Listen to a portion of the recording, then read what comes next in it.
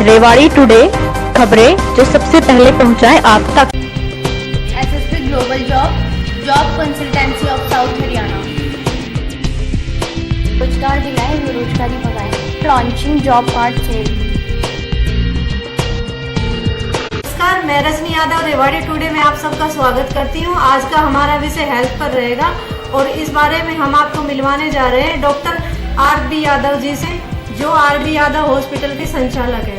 Doctor होने के साथ साथ समाज सेवी भी है। RB. Yadav hospital multi specialist hospital है, जिसमें आंखों, हड्डियों और महिलाओं से संबंधित बीमारियों का इलाज किया जाता है। आइए हम मिलवाते हैं डॉक्टर आर.बी. यादव जी से। डॉक्टर साहब, हमारे रेवाड़ी टुडे में आपका हार्दिक स्वागत है। तो हम आपसे कुछ जानकारी जानना चाहेंगे जो आपने पिछले 6 साल के दौरान रेवाड़ी में आपका जो अचीवमेंट है उसके बारे में हम जानना चाहेंगे। आपका हमारे संस्थान डॉक्टर आर.बी. यादव अस्पताल में आपका बहुत बहुत स्वागत है। और पिछले 6 साल में या रेवाड़ी में जितने भी समय से जो हम काम कर रहे हैं, ज़्यादातर काम आपके सामने हैं। स्पेसिफिक काम जो है मैं कुछ बताऊं तो भाई चिकित्सा के क्षेत्र में जो कि मेरा पेशा है उसको मैं पूरे मन लगा के और मानवता और इंसानियत को ध्यान में रखते हुए कर रहा हूँ। चाहे कोई गरीब मरीज आता है, उसकी चाहे सब्सिडाइड रेट पे सर्जरी है, किसी का जो है फ्री कंसल्टेशन है। जैसे कुछ स्पेसिफिक पॉइंट मैं अपने संस्थान के बारे में बताऊं तो जो बिल्कुल गरीब आदमी हैं उनके लिए हम ओपीडी की फीस भी नहीं लेते, उनकी कोस्ट टू कोस्ट सर्जरी करते हैं। आयुष्मान भारत में भी हम सर्जरी करते हैं। जो समय समय पर हम फ्री कैंप ऑर्गेनाइज करते हैं, जिसमें समय समय पर आई सर्जरी भी करवाते हैं, आई चेकअप भी करते हैं। जिसके अंदर अभी रिसेंटली हमने अपना एक जनता की सेवा के माध्यम को ध्यान में रखते हुए एक आई डिपार्टमेंट भी शुरू किया है, जिसको कि एक जन सेवा धर्मार्थ आई के अंदर हमने नाम दिया है, जो कि तो ये ट्रस्ट के मार्फत चलाया जा रहा है। जी। ये मैंने कुछ मेरे परिवार के सदस्यों से विचार विमर्श करने के बाद में मेरे पिताजी और मेरे दादाजी के नाम पे श्री रामपत मित्रुराम चैरिटेबल ट्रस्ट बनाया है। इस ट्रस्ट के माध्यम से जितना भी यथासंभव यथा स्थिति अनुसार जन सेवा के कार्य करने का मैंने सोचा है और मैं कर रहा हूँ। अब आई कैंप की हम बात करते हैं। आपने जो चार्जेस रखे हुए हैं वो लगभग 2500 के आसपास रखे हुए हैं, जबकि जो लेंस है वो 2500-3 हजार के करीब आता है। तो फिर आप इस खर्चे को कैसे मैनेज कर पाते हैं? नहीं, देखिए, मैं आपको एक चीज साफ साफ बता दूं कि मेरा जो उद्देश्य है आई के माध्यम से, जो धर्मार्थ जो केंद्र है हमारा जन सेवा धर्मार्थ आई केंद्र जो है, इसके माध्यम से सिर्फ और सिर्फ लोगों की, गरीब लोगों की कुछ मदद कर पाऊं, ये मेरा टारगेट है। इसमें बहुत सारी सर्जरीज ऐसी भी हैं जिसमें हम मरीज से 1 पैसा भी नहीं ले रहे हैं। जितना मुझसे संभव हो पाता है हम बिल्कुल फ्री भी कर रहे हैं, और कुछ लोगों की सर्जरी इस तरह भी कोस्ट टू कोस्ट भी कर रहे हैं, और कोई अफोर्ड कर सकता है तो उसको महंगे लेंस भी डाल देते हैं, तो वो उसके ऊपर है। तो 2500 रुपए में सर्जरी करने में उसकी मरीज की जो लेंस की कॉस्ट, दवाइयों की कॉस्ट निकल जाती है, और इससे ज्यादा कुछ हमें चाहिए नहीं। इससे ज्यादा जैसे बात करते हैं हम, जैसे रोटरी क्लब है, लॉयंस क्लब है, इनके पास तो बजट भी होता है, वो चैरिटेबल प्रोग्राम कर लेते हैं। लेकिन आपको तो आपके जो मैन पावर्स हैं, डॉक्टर्स हैं, वो सारे आपके इस्तेमाल होने हैं। तो फिर ऐसे में लंबा सफर है, वो कैसे तय कर पाएंगे कि ये चीज हमेशा कंटिन्यू रहे? देखिए, कोई दूसरी संस्था, कोई दूसरी ऑर्गेनाइजेशन कैसे क्या कर रही है उससे मुझे नहीं पता।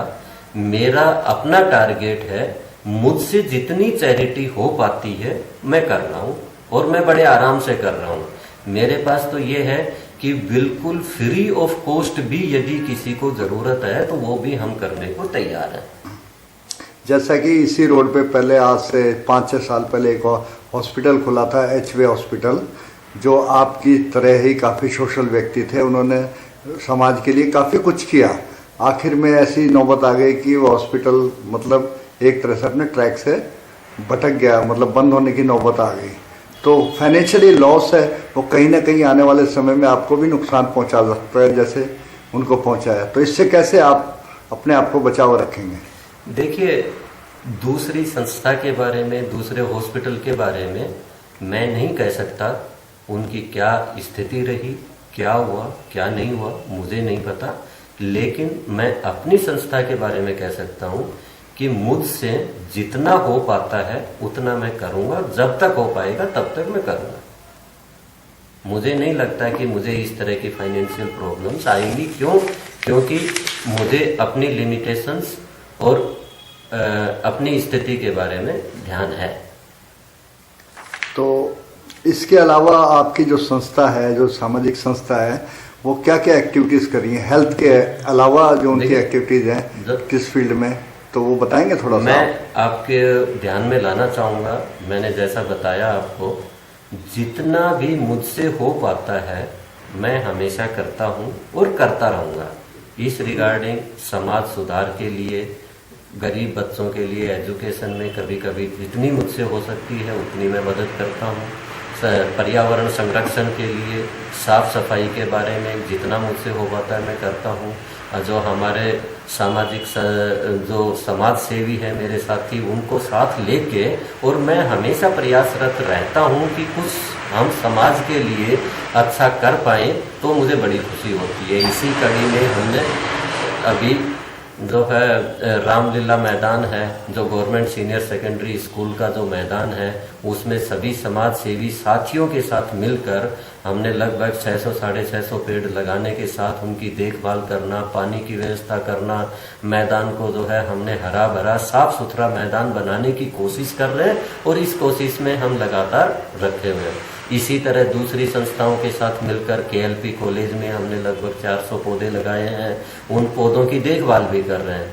इसी तरह समय समय पर समाज सुधार से संबंधित, बच्चों की एजुकेशन से संबंधित काम भी हम कर रहे हैं। जैसे भारत विकास परिषद के साथ मैं जुड़ा हुआ हूँ, तो उसमें जो है हमने सामाजिक काम, जैसे भारत को जानो प्रतियोगिता, जो हमारे भारत के बारे में बच्चों को संस्कार देती है, जो भारत के इतिहास, भूगोल, इन सब के बारे में नॉलेज देती है, तो भारत को जानो प्रतियोगिता करवाई है।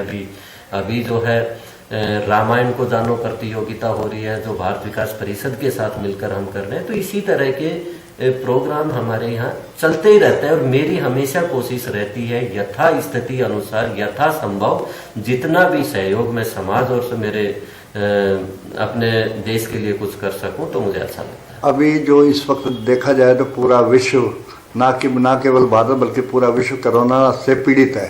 कोरोना, जब से कोरोना वायरस ने अफेक्ट करा है, तब से एक हेल्थ के प्रति भी एक समस्या पैदा होगी, कैसे सरवाइव करना है। तो इस बारे में आप क्या कहना चाहेंगे और आपकी संस्था कोरोना से बचाव के बारे में क्या कार्य कर रही है? देखिए, एक बात तो ये है कि जैसे कोविड-19 पूरे विश्व में एक महामारी के रूप में आई, इस महामारी के समय भी हमारे भारत देश में इसकी स्थिति, इसको संभालने में काफ़ी अच्छी रही। हमारे यहाँ मोर्टेलिटी रेट बिल्कुल भी बहुत ही कम है और मुझे लगता है कि हमारे देशवासियों ने और मेरे अपने जो भारतवर्ष में इसको बहुत अच्छे तरीके से संभाल रखा है और मेडिकल फील्ड भी अपने पूरी एफिशिएंसी और पूरी डेडिकेशन के साथ काम कर रहा है। मुझे नहीं लगता कि हमने इस स्थिति को जो है बिगड़ने दिया है। कोरोना महामारी के समय जो मैं अपने इंडिविजुअल लेवल पे बात करें या हमारी संस्था के बारे में बात करें, तो हमने सामाजिक संस्थाओं के माध्यम से, भारत विकास परिषद के माध्यम से, जब जो ये मजदूर प्रवासी थे इनके लिए हमने खाने की व्यवस्था जितनी भी हो पाई हमने लगभग 50-51 दिन तक करी।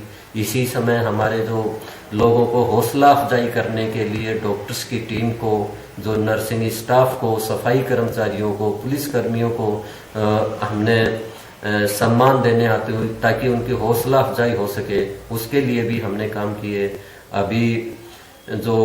अभी भी जो कोरोना वॉरियर्स हैं या फिर जो हम ये कह सकें कि कोरोना में प्रत्यक्ष और अप्रत्यक्ष रूप से जो मदद कर रहे हैं, उनकी हौसला अफजाई और उनकी मदद के लिए हम सदैव तैयार रहते हैं। और मुझे लगता है कि ये हर भारतवासी के ही मन में रहे, वो हर भारतवासी ये सब कर रहा है, अच्छा है ये। आप पब्लिक के नाम क्या संदेश देना चाहेंगे कि ऐसी परिस्थिति में पब्लिक को क्या करना चाहिए? देखिए, जनता को और पब्लिक को अपने को यही ध्यान में रखना है कि जहां कहीं भी जिस स्थिति के अनुसार जैसे भी हम किसी जरूरतमंद आदमी की और मदद कर सकें और अपने भारतवर्ष को बेहतर भारतवर्ष बनाने में हम किसी भी तरह का योगदान दे सकें तो हमें करते रहना चाहिए। आपका हमारे कार्यक्रम में आने के लिए हार्दिक धन्यवाद। बहुत बहुत धन्यवाद सर। आपको हमारा प्रोग्राम कैसा लगा, इसके लिए लाइक, शेयर और कमेंट्स करना ना भूलें। मिलते हैं अगले प्रोग्राम में, तब तक आप सभी को रजनी यादव जी का नमस्कार।